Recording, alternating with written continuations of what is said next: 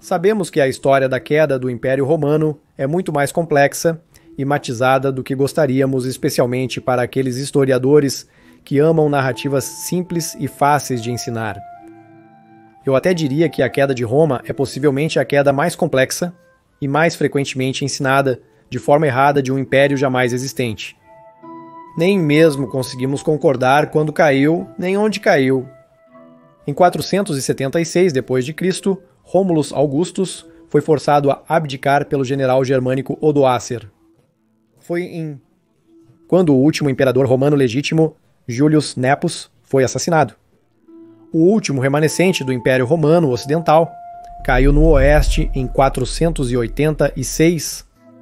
Foi em 578 quando o reino mauro-romano caiu? No século VII, o Império Romano Oriental perdeu metade de seu território. Foi em 751 quando o exarcado de Ravenna caiu. Foi em 1204 quando Constantinopla foi saqueada, nunca mais se recuperando desse brutal evento. Constantinopla caiu em 1453. Ou foi em 1478 quando os últimos resquícios do Império Romano do Oriente caíram. Sabe, é uma história hilariamente complexa. E um ponto de grande interesse, é claro, é o que aconteceu com a velha Roma, a cidade fundadora, onde toda a história começou. O que aconteceu com ela, após a queda em muitos vídeos, eu abordei este tema, onde pudemos ver como a cidade se transformou ao longo de muitos séculos do espetáculo mais glorioso que a humanidade já viu para um triste campo, de ruínas e pastagens de vacas, mas um período particularmente interessante na cidade de Roma, sobre o qual ainda não falamos em grande detalhe, é quando Roma estava novamente sob controle romano após a queda de Roma. Após a dissolução do Império Romano Ocidental, Roma foi governada por reis germânicos, que na verdade governavam principalmente em nome do Imperador Romano Oriental. Nominalmente, a Itália era parte do Império Romano, com a capital em Constantinopla. Mas os reis germânicos Odoacre e mais tarde Teodorico tinham o controle real. Mas não mudou muita coisa em Roma mesmo. Durante aqueles tempos, a cidade em 500 d.C., após a chamada queda, parecia praticamente a mesma que em 470 d.C.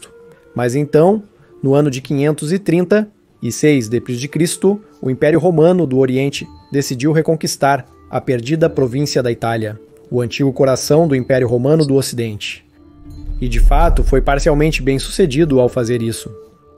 Roma e a Itália estavam novamente sob o controle direto do Império Romano do Oriente, completamente por cerca de 10 anos e parcialmente por cerca de 200 anos. Mas o que isso significava para Roma? Como foi na cidade de Roma, nesses 200 anos, sob esse novo controle do Império Romano do Oriente?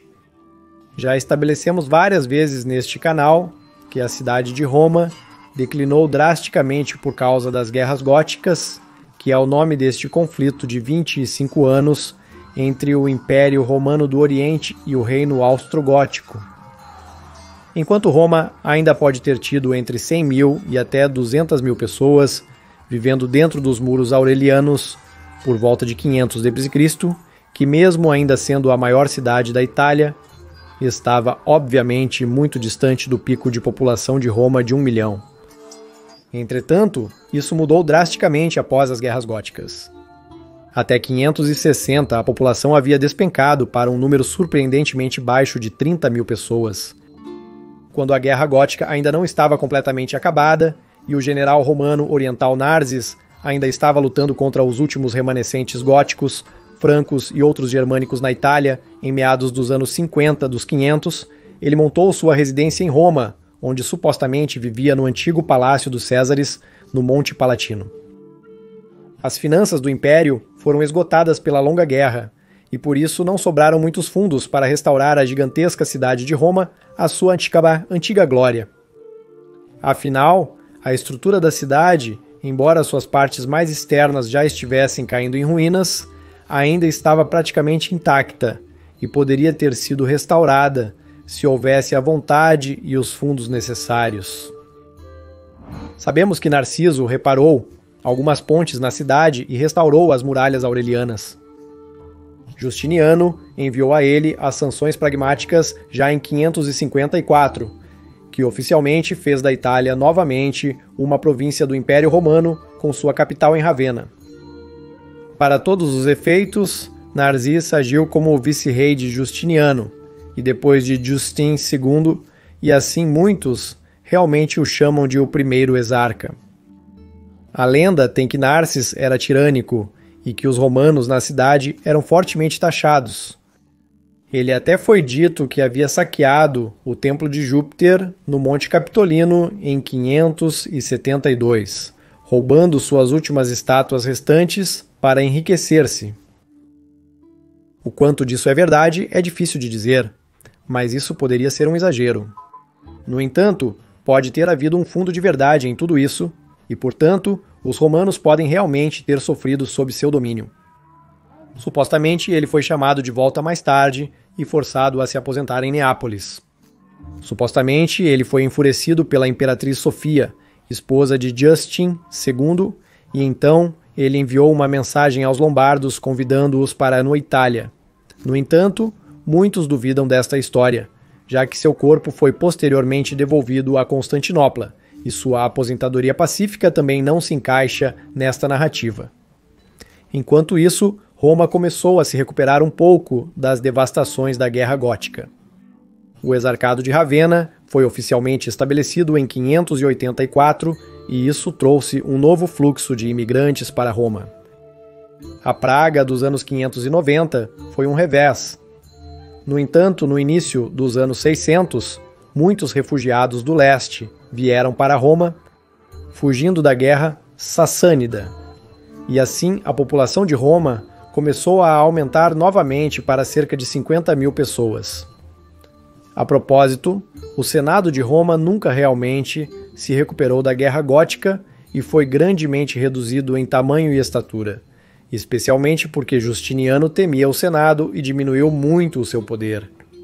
Este influxo renovado de pessoas e a influência do Império Romano do Oriente, claro, como você pode imaginar, consequentemente também causou uma grande influência grega em Roma. Os habitantes de Roma viviam perto do rio Tibre, e a região do Campus Marcos, então apenas as partes centrais. Apesar de ainda haver áreas habitadas, a imensa Roma era grande demais para apenas 30 a 50 mil habitantes. A maioria dos aquedutos, que em tempos antigos forneciam água fresca para 1 milhão de pessoas de Roma, um total de 11 em número, a maioria deles foi cortada no cerco de 537 pelos góticos. Agora, apenas a Aqua Virgo ainda funcionava com qualquer confiabilidade. Os antigos banhos pararam de funcionar e caíram em abandono, mas no centro de Roma ainda havia vida no Fórum, onde você ainda pode encontrar o arco intacto hoje. De Janus e o Templo Redondo de Hércules Vitorioso, um bairro grego se desenvolveu em algum momento. Na segunda metade do século VI, esta área era chamada Scola Graeca e era um complexo inicialmente povoado por mercadores gregos, sírios e egípcios e por funcionários do Exarcado de Ravenna e, portanto, do governo imperial em Constantinopla. Várias ondas de refugiados orientais adicionaram à população à medida que fugiam de guerras e perseguições, do avanço do Islã e mais tarde da violência da controvérsia iconoclasta no leste cristão. Este bairro grego tornou-se um importante setor econômico da cidade e foi autorizado a governar-se com muito pouca interferência do Senado e mais tarde dos papas. Falando dos papas, no início dos anos 600, eles haviam começado a assumir o poder na cidade de Roma. Desde o Senado tinha, como dissemos, começado a diminuir. O último ato conhecido do Senado de Roma foi rededicar uma coluna tetrárquica no Fórum Romano ao imperador romano oriental Foco. Mas já naquela época, o Papa provavelmente era a figura principal, já que Foco havia fortalecido o papado em Roma, contribuindo ainda mais para o declínio do antigo Senado romano, que não muito tempo depois desapareceu completamente. A partir de então, foram os papas que comandaram a maior autoridade em Roma e também supervisionariam os projetos de construção da cidade. Muitas igrejas foram, naturalmente, como você pode imaginar, construídas nesses 200 anos de domínio romano oriental, de cerca de 550 a 750. Existe, por exemplo, Santa Maria em Cosmodi, muito próxima ao mencionado bairro grego, cujo primeiro edifício remonta a cerca de 550 DC, onde inicialmente serviu como um centro de bem-estar cristão primitivo, antes que mais tarde fosse transformado em igreja em algum ponto do século VIII. A Torre do Sino foi adicionada muito mais tarde, no século XII. Então tivemos Santa Maria Antiga, que foi construída por volta de 450 na encosta noroeste do Monte Palatino, mas durante os anos romanos orientais foram adicionadas belíssimas pinturas murais a partir de algum momento dos 500 ao longo do sétimo e entrando no VIII século, podemos ver claramente o distinto estilo romano oriental. Alguns usariam a palavra bizantino, uma palavra que eu pessoalmente não gosto muito, mas tenho que usar de vez em quando porque é comumente usada para denotar este belo e distinto estilo de arte romano oriental. Outra igreja que foi construída nesses 200 anos foi Santa Agnese fuori le Mura, que foi iniciada sob o Papa Honório, o primeiro em torno do ano 630 d.C.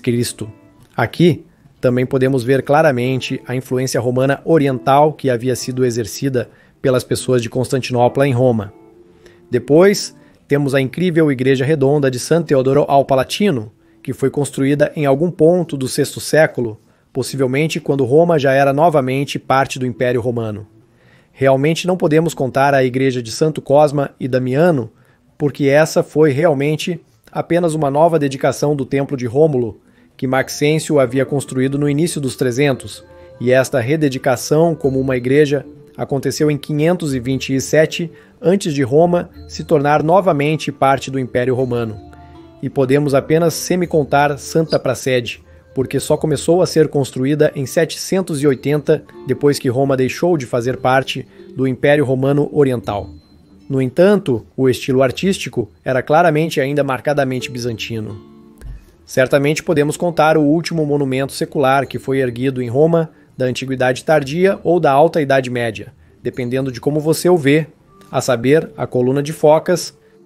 Além de construir muitas igrejas, os papas e os exarcas, dos quais os papas eram oficialmente subjugados, também tentaram reparar os antigos aquedutos e mantê-los funcionando da melhor maneira possível. No início do século VII, apenas a Aqua Virgo estava funcionando com alguma confiabilidade. Os outros 10 aquedutos, reparados irregularmente após serem frequentemente cortados e mal mantidos, vazavam e formavam pântanos sob suas junções. Em 602 d.C., o Papa Gregório o Grande lamentou o péssimo estado em que os aquedutos se encontravam. Ele descreveu os aquedutos como, citação, tão desprezados e negligenciados que, a menos que se dê mais atenção a eles, em pouco tempo eles irão totalmente à ruína. Fim da citação. No início do século VIII, o Papa Gregório II restaurou o fornecimento de água para os banhos em San Lorenzo fuori le Mura, a igreja mencionada anteriormente, quando o exarcado de Ravenna caiu. Curiosamente, o Papa Hadrian I ainda realizou grandes reparos em 4 dos 11 antigos aquedutos nos anos 770 e assim garantiu que eles funcionassem por mais algumas décadas. No século I, 10 aquedutos quebrados gotejavam e formavam pântanos estagnados, portadores de febre, e não é só nos séculos 11º e 12º, quaisquer referências a aquedutos funcionando haviam desaparecido. E assim podemos supor que em algum momento os papas simplesmente desistiram de consertá-los. Mas podemos ver que, enquanto Roma fazia parte do exarcado, pelo menos alguns reparos foram realizados. As pontes foram reparadas e as muralhas aurelianas foram reparadas no Narcis, muitas igrejas foram construídas, a coluna de Focas foi rededicada e os aquedutos também foram reparados. Mas à medida que o poder do exarcado diminuía, Roma começava a cair ainda mais em ruínas. Então podemos dizer que mesmo que Roma estivesse, durante os 200 anos no Exarcado de Ravenna, grandemente diminuída em população, ainda havia pelo menos muita atividade e agitação no antigo núcleo da cidade. Em 663, um imperador romano até pisaria na antiga cidade pela última vez, sobre o qual falei neste vídeo aqui. Então Roma, nesses tempos do Exarcado, era uma cidade muito interessante, uma cidade de contrastes. Algumas das coisas antigas morreram e murcharam, mas novas coisas foram construídas e mantidas também. E assim, isso deve ter sido uma visão incrivelmente interessante e fascinante para presenciar.